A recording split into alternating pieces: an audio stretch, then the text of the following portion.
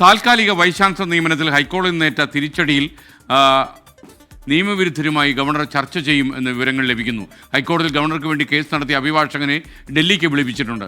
Supreme കോടതി അഭിഭാഷകരുമായി ഈ അഭിഭാഷകൻ ചർച്ച നടത്തും. എന്നിട്ടായിരിക്കും സുപ്രീം കോടതിയിൽ അപ്പീൽ പോകണോ എന്ന കാര്യത്തിൽ തീരുമാനമെടുക്കുക. കാരണം ഈ അപ്പീൽ സുപ്രീം കോടതിയിലെത്തിയാൽ സുപ്രീം കോടതിയുടെ പ്രതികരണം എന്തായിരിക്കും എന്ന കാര്യത്തിൽ സംശയമുണ്ട്. നേരത്തെ ഗവർണർ അധികാരങ്ങളെക്കുറിച്ചും പരിമിതികളെക്കുറിച്ചൊക്കെ തന്നെ സുപ്രീം കോടതിയിൽ ചില ശാസനകൾ ഉണ്ടായിരുന്നു. ആർ ശ്രീജിത്ത് വിശദാംശങ്ങൾ നൽകാൻ ചേരുകയാണ്. ശ്രീജിത്ത്, ഗുഡ് മോർണിംഗ്, പറയും. SKN good morning. താൽക്കാലിക VC നിയമന കാര്യത്തിൽ കേരള ഹൈക്കോടതിയിൽ നിന്നുണ്ടായ തിരിച്ചടി മറികടക്കാൻ അപ്പീൽ നൽകുന്ന കാര്യമായിരുന്നു ഗവർണറും രാജ്ഭവനും വളരെ സജീവമായി പരിഗണിച്ചിരുന്നത്. തിങ്കളാഴ്ച അപ്പീൽ പോകാനുള്ള തീരുമാനമെടുക്കുമെന്നായിരുന്നു പ്രഖ്യാപനം. എന്നാൽ അത് നീണ്ടുപോവുകയാണ്.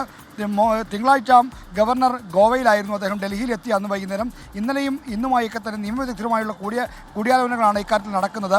ഗവർണറുടെ ഈ ഹൈക്കോടതിയിലെ കേസ് നടത്തിയ അഡ്വക്കേറ്റ് ശ്രീകുമാർ എന്ന അഭിഭാഷകനെ ഡൽഹിക്ക് ഗവർണർ വിളിപ്പിച്ചിരിക്കുകയാണ്.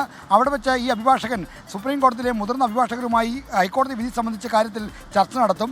എന്തായാലും സാങ്കേതിക സർവകലാശാലയുടെയും ഡിജിറ്റൽ സർവകലാശാലയുടെയും താൽക്കാലിക VC നിയമന കാര്യത്തിൽ തനിക്കുള്ള അധികാരം നേടിയെടുക്കുന്നതിന് വേണ്ടി മാത്രമായിരിക്കില്ല രാജ്ഭവൻ ഗവർണർ കോടതിയിൽ പോവുക. മറിച്ച് താൽക്കാലിക VC നിയമനവുമായി ബന്ധപ്പെട്ട കാര്യങ്ങൾ ഒരു വ്യക്തത വേണം, ക്ലാരിറ്റി വേണം എന്ന പ്രയർ കൂടിയായിരിക്കും അദ്ദേഹം ഉന്നയിക്കാൻ പോകുന്നത് എന്ന സൂചനയാണ്.